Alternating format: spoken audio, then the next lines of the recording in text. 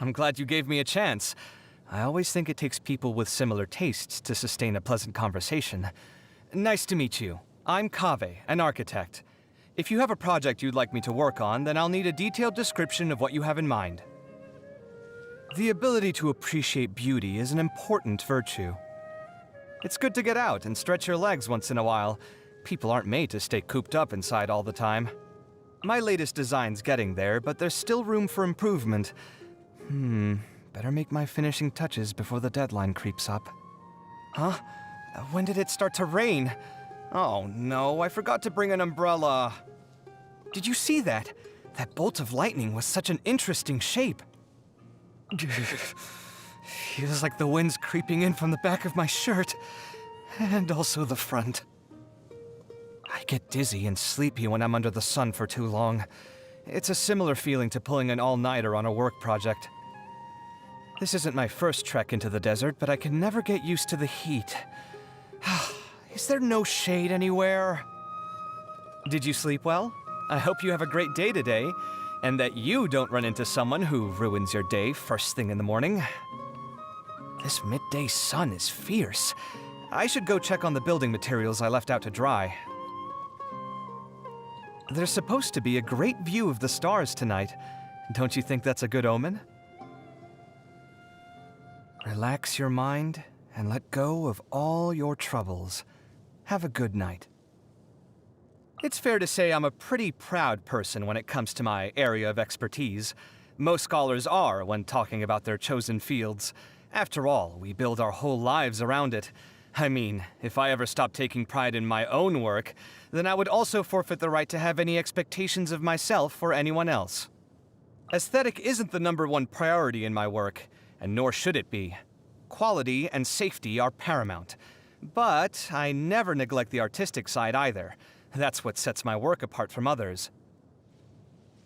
You must have seen the Palace of Alcazarzaray before. That's my magnum opus. I sacrificed so much for that. Everyone else thought I'd lost my mind. Well, if you're not me, and you don't share my trade, I wouldn't expect you to understand. It'd be nice to meet someone who did understand, though. I've always thought that you can never truly know a person until you understand their deepest wishes. But once you start exploring hopes and dreams, whether they're your own or someone else's, it can be a dangerous journey. You might unlock something that can't be put away again. Not everyone can face the potential consequences of that. I almost don't want to say this out loud, but sometimes hopes and dreams bring suffering instead of happiness. Luckily, I don't mind my vision. People who know what drives them to create deserve our respect. Wouldn't you agree? The uninitiated often assume that the expertise of Ksharawar architects starts with clay and ends with lumber. It's such an ignorant perspective that it's not even worth arguing against.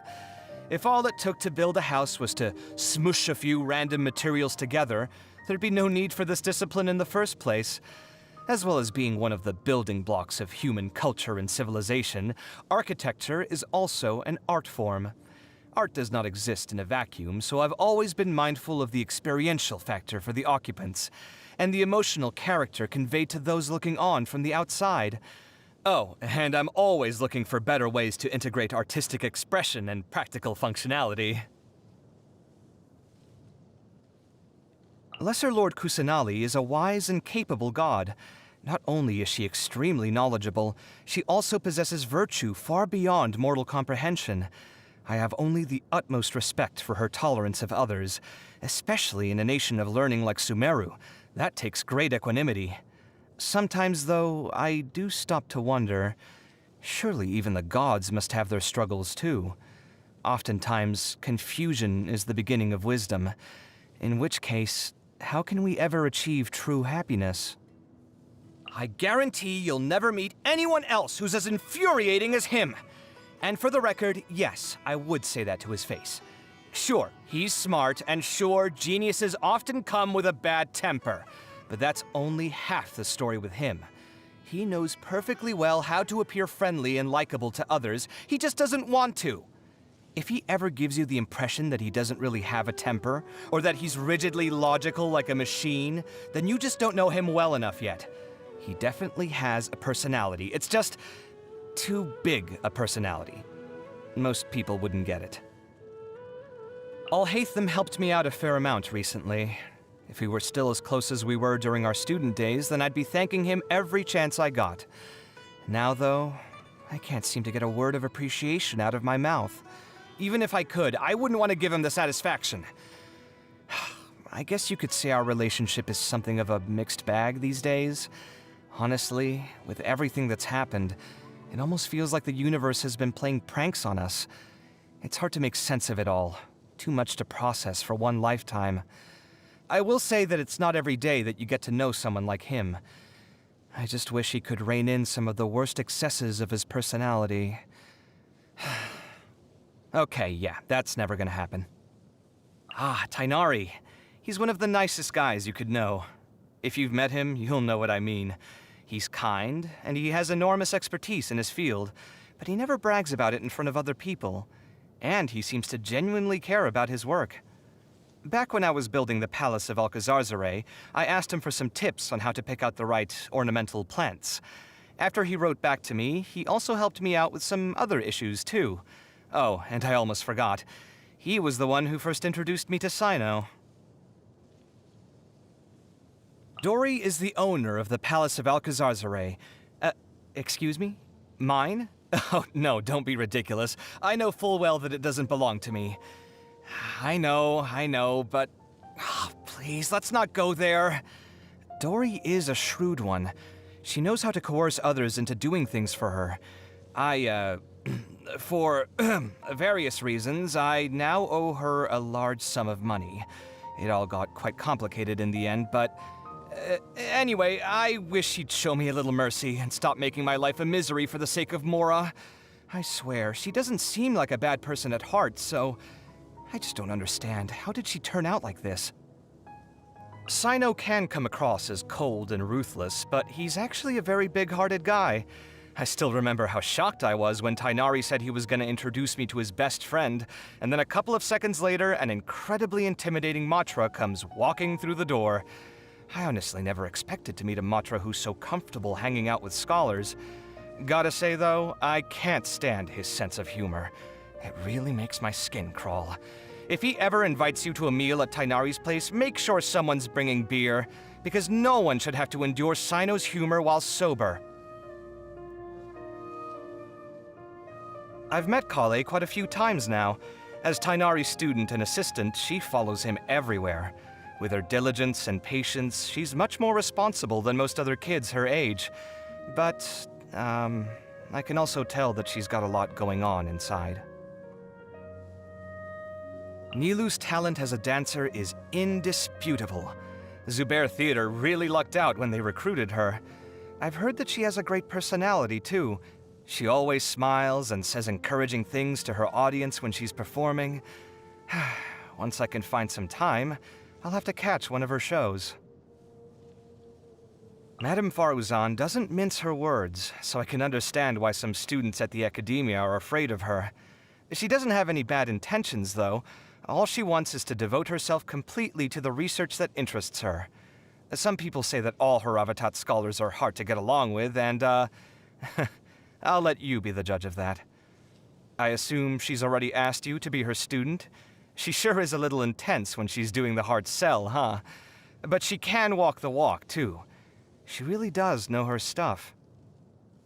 You heard that I've earned myself a little fame in Sumeru? Don't believe everything you hear. They're exaggerating, trust me. It's easy enough to make a name for yourself in Sumeru if you stick around here long enough. Honestly, I think managing to keep a low profile would be more of an achievement. I hope you didn't hear about me because of my bankruptcy scandal, though. If you're actually willing to hear me out, I could tell you about some of my more redeeming qualities. You're not thinking about enrolling in the academia, are you? Well, if you do sign up, from a pragmatic standpoint, I'd have to advise you to steer well clear of design. Don't get me wrong, it's a fascinating subject to study, but the work is brutal. I spent some time working under one of my seniors after I first graduated, and they worked me to the bone every day. I was constantly being ordered around like a pack animal. I really don't know how I survived for as long as I did. While everyone's aesthetic preferences differ to a point, beauty is, on the whole, a pretty concrete concept. I do think it's possible to establish some basic objective aesthetic standards. It's possible to improve your aesthetic appreciation, too, although it takes a lot of time to get the experience. If you ever need any advice on that front, by the way, you're always welcome to come to me. Some people think I like to stir up trouble, but they don't know what they're talking about. Anyone trying to make any sort of progress in life is inevitably going to come into conflict with other people from time to time. You can't just ignore the situation because you don't want to deal with it. I like to have a drink or two when I've got the time. It's a good way to de-stress. Oh, yeah, I mean, mostly just to pass the time. What's that look for? All right, I admit it. Maybe I do drown my sorrows a little more often than I was letting on. It all gets a bit too much sometimes, what with the unfinished projects, obstacles that I can't overcome, misunderstandings with other people. Don't you struggle with those kinds of things as well? Music, architecture, sculpting, painting, all are worth taking the time to appreciate properly. I wouldn't say I'm an expert in all of them, but as long as I stay interested, maybe I can master them all one day. I mean, look, I already know how to play an instrument. My troubles? The most obvious one would be my financial situation. It's not that I can't make more, it's just I can't seem to hold on to it. So many things in life require money, and if you're not careful, it just disappears. Don't worry about me, though. I'm a lot better than I used to be. I'll be more careful to live within my means in the future. My favorites are alcohol, warm soup, and anything with cream or cheese in it. Oh, and I'll never say no to fresh fruit. I can't deal with anything that's too hot or spicy. If I have to eat them, I leave them to cool first, so I at least don't burn my tongue. This is marvelous! Can you teach me how to make it? I bet this would go great with a glass of wine.